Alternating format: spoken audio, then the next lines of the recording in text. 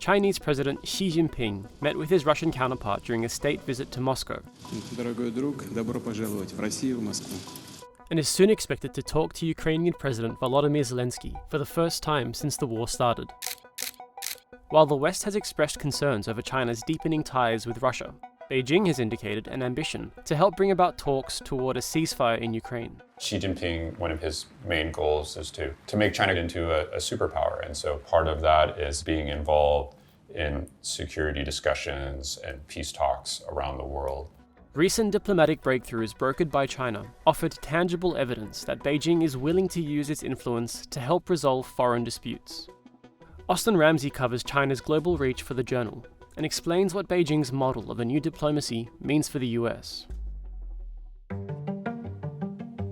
On March 10th, Iran and Saudi Arabia announced that they agreed to re-establish diplomatic relations after 7 years of estrangement in a deal mediated by China. 3个国家的代表签署了联合声明，我认为这是对话的胜利，是和平的胜利。 This is a sort of thing that would be difficult for the US to bring about. The US doesn't have formal ties with Iran and is, of course, very critical of the Iranian authorities. There was obviously a concern that the US had lost clout, particularly in the Middle East, and China was now playing this much more important role. And this wasn't the first showcase of Xi's diplomatic ambitions. Last June, China offered to, quote, silence the guns across the troubled Horn of Africa at its first regional peace conference.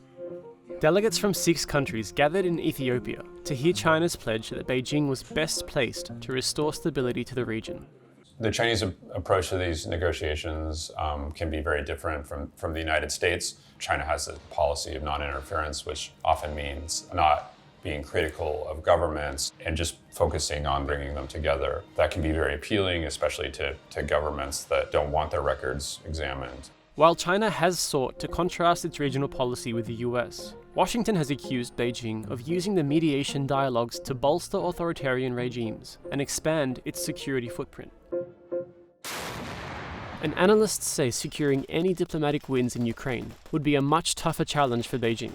European capitals and Washington have so far greeted Beijing's diplomatic push with skepticism. China can't have it both ways when it comes to the Russian aggression in Ukraine. It can't be putting forward peace proposals on the one hand, while actually feeding the flames of the fire that Russia has started with the other hand. Both Xi Jinping and Vladimir Putin share a deep distrust of the US and the West, and they see the world order as led by the West to the detriment of their own countries. And so it's very harmful for China if Russia is damaged by the war and it no longer can play a role in supporting this effort to sort of lessen American and Western influence over the world.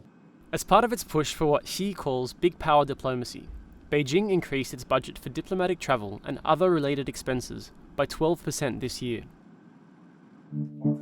In a bid to counter China's inroads, it's very, very good to be back in Africa. Secretary of State Antony Blinken traveled to Ethiopia and Niger in mid-March. And he's just one of the many US officials who are visiting regions where Washington and Beijing are competing for influence. I think nothing focuses the US like a competitor. This could sort of bring about sort of renewed American efforts to engage in diplomacy around the world, engage in diplomacy in some places that the US might have ignored a little bit in recent years.